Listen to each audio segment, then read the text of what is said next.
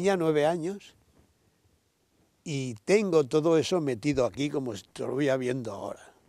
La guerra para mí me ha marcado una cosa mala. Cuando empezó la guerra tenía yo 10 y cuando aún no los tenía. Y cuando terminó tenía 13.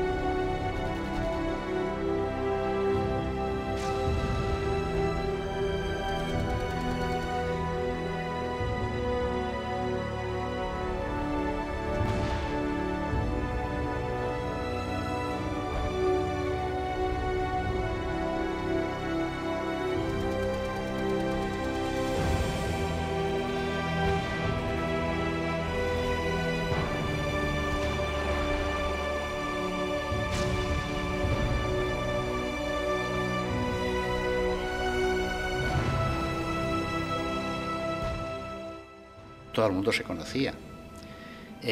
Aquí estábamos ya pasada la mitad de la guerra, los suministros de comestibles eran bastante deficientes, la gente pasaba hambre aunque tuviera dinero para comprar.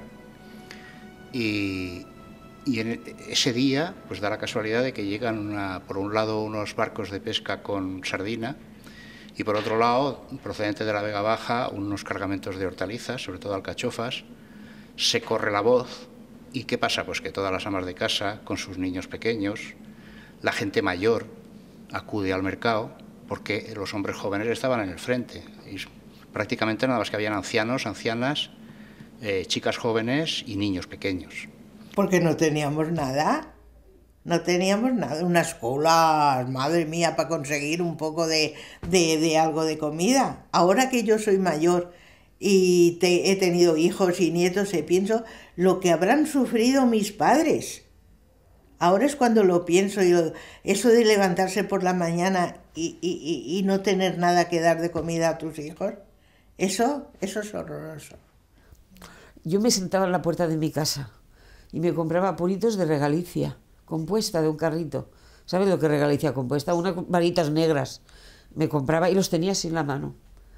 Estaba esperando que tocara la sirena, porque la fábrica de tabacos avisaba de que venían a bombardear. Y yo nada más que sirena y puerta de mi casa. Sirena y alambre. Y cuando tocaba la sirena, yo me volvía, porque mi casa tenía un zaguán y una verja muy grande, y luego el pasillo, era una casa enorme. Mi mamá a lo mejor estaba lavando el pasillo. Mamá, mi madre ya la había oído, porque se oía desde... Pero yo, mamá, la sirena, y ¡pum!, me echaba a correr. Y nos íbamos, mi hermanita, que yo tenía una hermanita que murió a la edad de 13 años, y mi hermanita y yo a la puerta del refugio.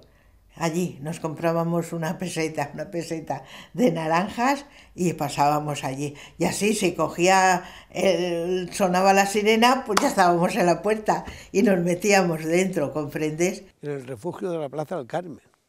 Y mi hermano que iba conmigo al colegio, ese lo enseñó mi madre a guisar. Guisaba, hacía la comida y nos la llevaba al refugio. Según tengo entendido yo, siempre cuando vienen a bombardear se avisa para que la gente se refugie. Pero como aquel día no avisaron, porque vinieron a machacar. Llegan, según en unas versiones 7 y según otras 9 aviones Savoia Sparviero en dos escuadrillas con 4 minutos de intervalo. Llegan sobre Alicante y las sirenas de alarma no llegan a sonar por un fallo que nunca se sabrá qué es lo que pasó. Hay distintas teorías, como que había pasado un avión comercial antes, camino del aeropuerto del Altet, que era de la Air France, y los sistemas de fonolocalización, entonces no había radar, confunden ese motor del avión comercial con los motores de los que vienen a bombardear y no dan la alarma, puede ser eso, podría ser una acción de la quinta columna, nunca se sabrá.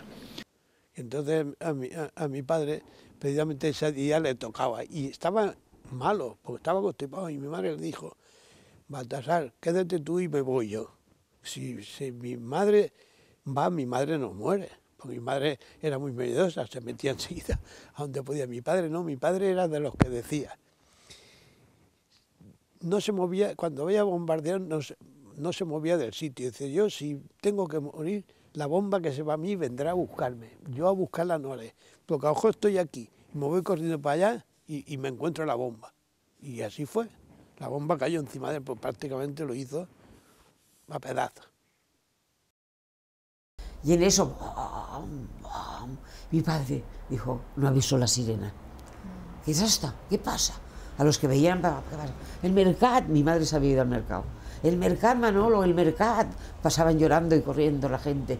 Pero otra vez, bombardearon 3 veces el mercado. Y dicen que lo hicieron sin saber, lo hicieron a conciencia.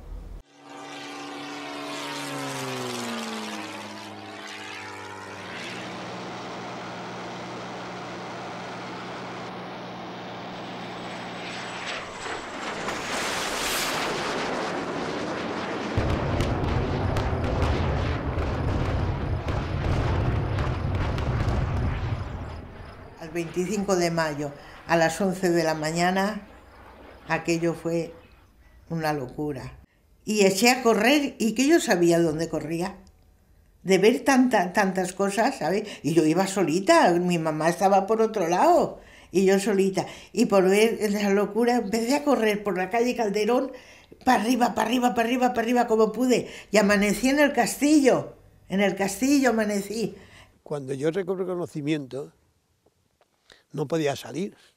Y como pude, me salí. Y encima de la puerta había 4 o 5 muertos, porque no es solo que bombardearon, sino que cuando terminaron de tirar las bombas, bajaban y ametrallaban, porque a mi padre estaba deshecho. Mi padre era una pierna cortada, la cabeza por un lado, todo. Y entonces yo me cogí, como pude, me salí, me cogí, porque tenía los intestinos que tengo aquí, 4 o 5, que parece que me dicen: parece que te han hecho la cesárea. Y yo me cogí los intestinos como pude y salí corriendo para el colegio. Pero bueno, cuando llegué a la puerta caí redondo, ya perdí el conocimiento. Me habían curado, me habían vendado allí, y allí estaba en el suelo, tirado, allí en el jardín, como estaba todo el mundo.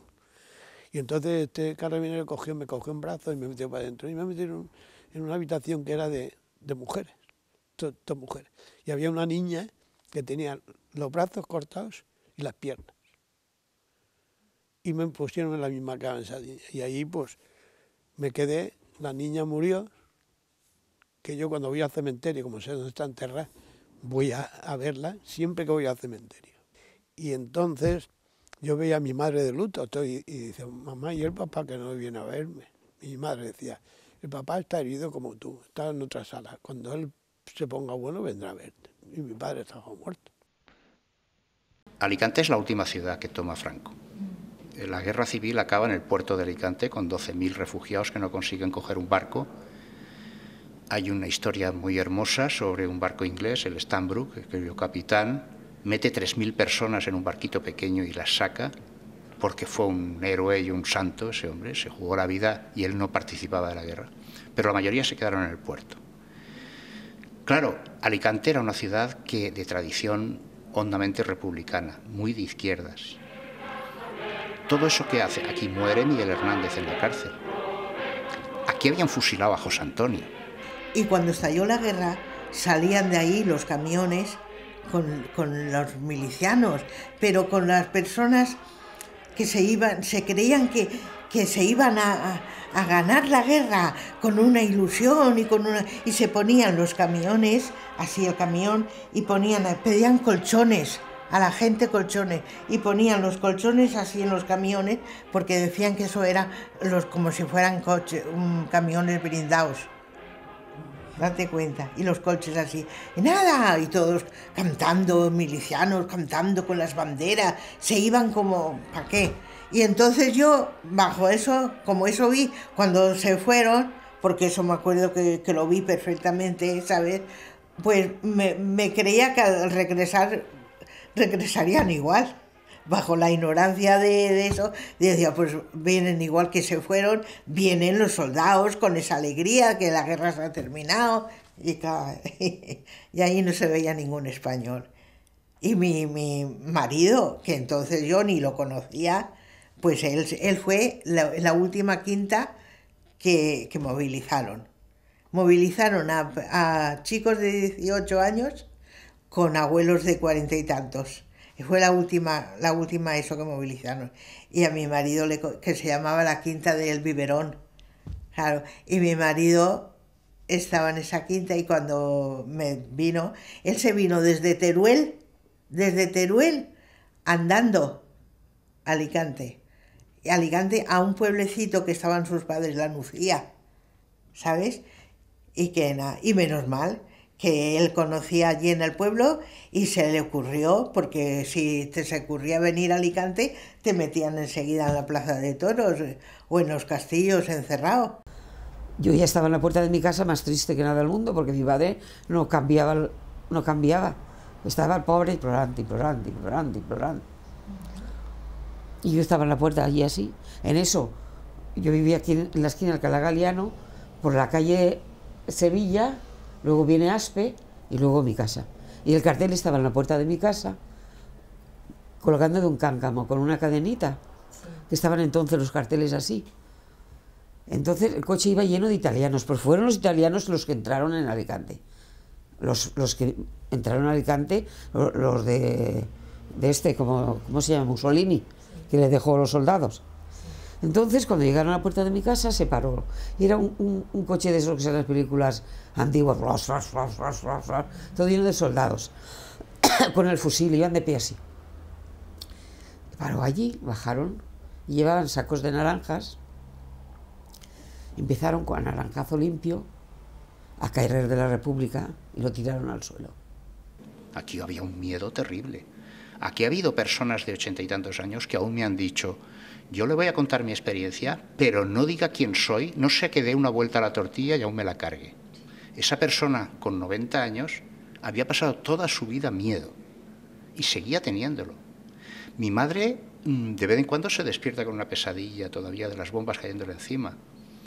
Y había mucho miedo y muy pocas ganas de recordar cosas tan tristes y cosas tan terribles y cosas tan peligrosas de comentar.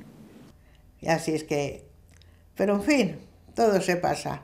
Y todo eso, lo que es menester es que no haya otra guerra.